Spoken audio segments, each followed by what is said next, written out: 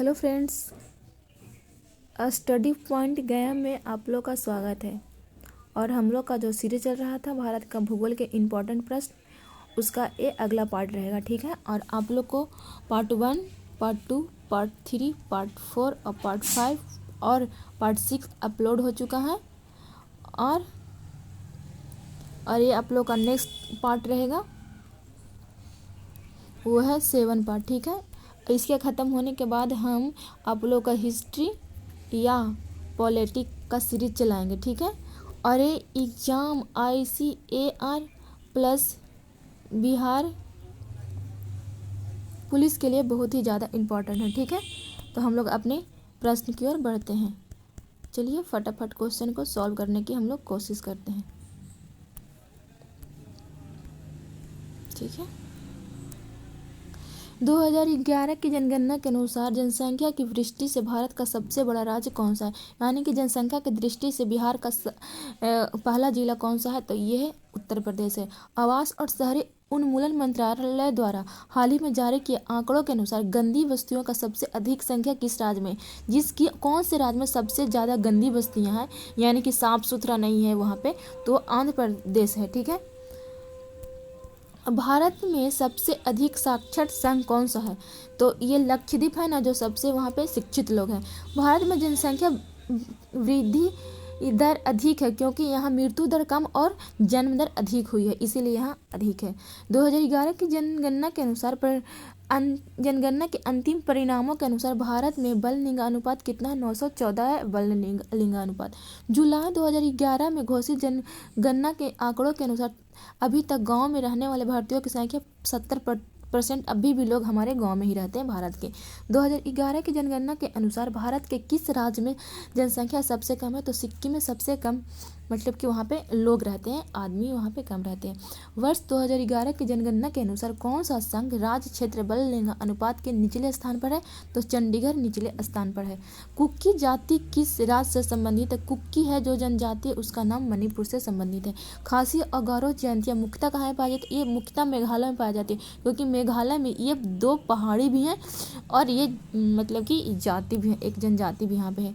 भारत की सबसे बड़ी जाति कौन सी? गोंड जनजाति। ये गोंड जनजाति है ना, ये अधिकतर भारत के स्टेट में ही पाए जाते हैं। ठीक है, खालिस्तान यह प्रक्रिया जिसमें वनों को फिर से लगाया जाता है जो पहले कभी मौजूद था और बाद में फिर उसे नष्ट किया गया है, तो वह पुनर्वनीकरण है। ठीक है, फिर से उसका निर्माण करना, उसी को बोलते हैं पुनर्वनीकरण बोलते हैं। ठीक है, भारत में आर्सेनिक की समस्या मुख्य रूप से इसके कारण है, मतलब किसके कारण है? प्रभावित क्षेत्रों में भौम जल के अतिशोषण से संबंधित है। भारत में यूनेस्को के विश्व विरासत स्थलों की सूची में नवीनतम संयोजक कौन से है? तो लाल किला वो विश्व विरासत में शामिल किया गया है।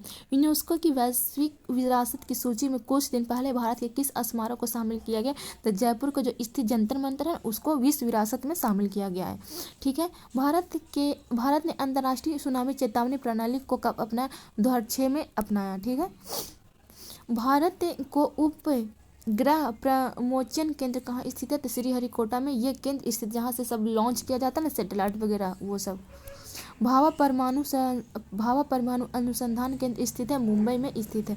भारत में अंतर्राष्ट्रीय सुनामी चेतावनी प्रणाली ये कब, देखिए फिर रिपीट हो गया क्वेश्चन, तो ये 2006 में अपनाया गया। राष्ट्रीय बाढ़ आयोग किससे संबंधित है? तो बाढ़ से संबंधित है। जो राष्ट्रीय बाढ़ आयोग का संबंध बाढ़ से ही है, इस आयोग का नाम ही बाढ़ पड़ा है। कौन सा ग्रह सूर्य के सबसे दूर स्थित है? वरुण है, जो सूर्य के सबसे दूरी पर स्थित है। आकाशगंगा मंदाकिनी सबसे पहले देखा था, गैलीलियो ने ही देखा था। ग्रह गति का केपलर नियम बताना है कि कालावधि का वर्ग अर्ध दीर्घ अक्ष के घन के बराबर यह होता है। धूमकेतु किसके गिर्द परिक्रम करते हैं? तो सूर्य के गिर्द परिक्रम करते हैं। पल्सर होते हैं, तेज से घूमने वाले तारे को पल्सर कहा, जो तेजी से घूमता है ना ध्रुव तारा, उसी को पल्सर कहते हैं। ठीक है, अगला, पृथ्वी सूर्य से अपनी अधिकतम दूरी होती है 4 जुलाई को, माने सबसे दूर होगा 4 जुलाई को होता है, और 3 जनवरी को सबसे कम होता है। सूर्य के चारों ओर घूमने वाले ग्रह की कुल संख्या कितनी है? 8 है। सूर्य के जो ये सूर्य इसके जो चारों ओर ग्रह घूम रहा है ना, उसको संख्या 8 है। ठीक है, सौर परिवार का सबसे बड़ा ग्रह बृहस्पति है, ठीक है। सौर मंडल का दूसरा सबसे बड़ा ग्रह शनि है। बुध ग्रह के उपग्रह की संख्या कितनी है? शून्य है। बुध और शुक्र का कोई उपग्रह होता ही नहीं है, ठीक है। खगोल भौतिकी के बाह्य अंतरिक्ष में परिकल्पित होल को जहाँ से तारे और ऊर्जा निकलती है उसका नाम क्या है? व्हाइट होल नाम है, जहाँ से ये सब निकलती है। 8 ग्रह में बुध सूर्य से कौन से स्थान पर स्थित है? पहला है ना। बुध का सबसे निकट का ग्रह कौन सा है? तो बुध है। सूर्य के सबसे निकट का ग्रह बुध है। और पृथ्वी का द्रव्यमान लगभग सूर्य के द्रव्यमान से 1000वां भाग है। सौर मंडल का सबसे चमकीला ग्रह शुक्र है।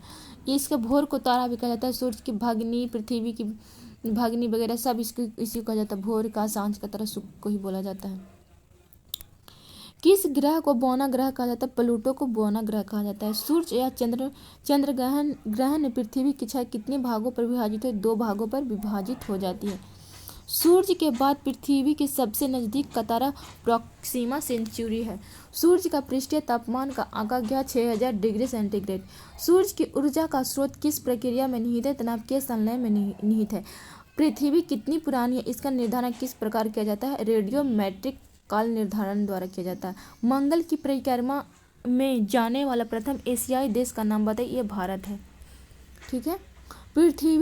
सूर्य से पृथ्वी तक पहुंचने में प्रकाश का कितना समय लगता है? 8 मिनट 20 सेकंड। ये बहुत बार एग्जाम में आया है ये प्रश्न। इन एग्जाम के लिए बहुत ही ज़्यादा इंपॉर्टेंट है ये। तो खासकर बीपीएससी में क्वेश्चन पूछा है, बिहार दरोगा में पूछा है, क्वेश्चन पूछा हुआ है। मध्यरात्रि सूर्य का क्या अर्थ होता है? सूर्य का ध्रुवीय वृत्त में देर तक चमकना, यही होता है। हम सदैव चंद्रमा के उस पृष्ठ को देखते हैं क्योंकि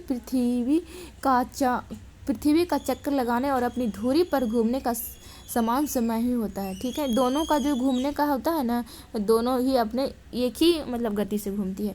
लघु ज्वार भाटा होता है दुर्लभ। लघु ज्वार भाटा कैसा होता है? दुर्लभ होता है, ठीक है। किसके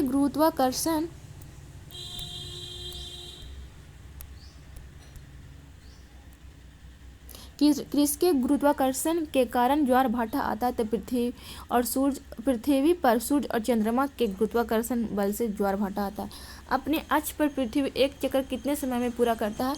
अपने अक्ष पर पृथ्वी 23 घंटा 56 मिनट 4.9 सेकंड में पूरा करता है। किस तिथि पर दक्षिणी गोलार्ध पर शीतकालीन अयनांत को देखने को मिलता है? 21 जून को मिलता है। कहाँ पर दिन और रात समान होता है? भूमध्य रेखा पर दिन और रात समान होता है, ठीक है। ये है, इसी को बोलते हैं भूमध्य रेखा, ठीक है। यहाँ पे दिन और रात बराबर होता है। पृथ्वी से टकराने वाला पराबैंगनी किरणें किसके अपक्षय के कारण होता है? ओजोन के अपक्षय के कारण होता है। विविध जलवायु और मौसम दशाओं को बदलने वाली सभी महत्वपूर्ण वायुमंडलीय प्रक्रियाएं कहाँ घटती है? तो क्षोभ मंडल में घटती है। पृथ्वी पर मौजूद वायुमंडलीय परतों की संख्या कितनी है? टोटल 5 है, ठीक है। तो आज का वीडियो आप लोग को कैसा लगा प्लीज़ आप लोग कमेंट बॉक्स में ज़रूर बताइएगा। और इसका आज के लिए इतना ही रहेगा, ठीक है। और अगला पार्ट नहीं, ये सीरीज आप लोग का ख़त्म हो चुका है और हम लोग इसके बाद हिस्ट्री या पॉलिटी का पार्ट शुरू करेंगे इसी सीरीज़ में, ठीक है। तो थैंक यू दोस्तों वीडियो देखने के लिए। और अपने दोस्तों को भी ज़रूर शेयर करिएगा ये सब वीडियो को, और लाइक भी करिएगा और सब्सक्राइब भी करिएगा, ठीक है। Thank you so much.